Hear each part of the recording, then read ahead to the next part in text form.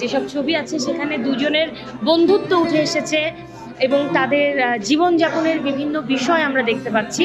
তো এটা আসলে তরুণ প্রজন্মের জন্য, বর্তমানের প্রজন্মের জন্য বেশ ভালোভাবে, মানে তারা শিখতে পারবে এখান থেকে।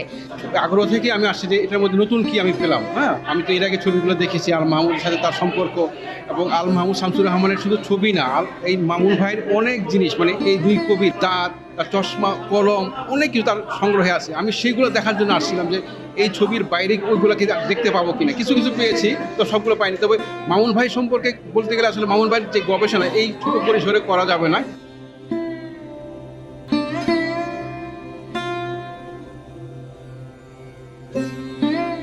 আল মাহমুদ এবং শামসুর রহমানকে নিয়ে আমার এই প্রয়াসের 66তম একক প্রদর্শনী।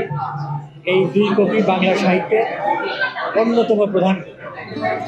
দুই কবির প্রতি আমার অনেক ঋণ, কারণ তারা জীবিত থাকতে তাদের সঙ্গে আমার আত্মিক সম্পর্ক হয়েছিল।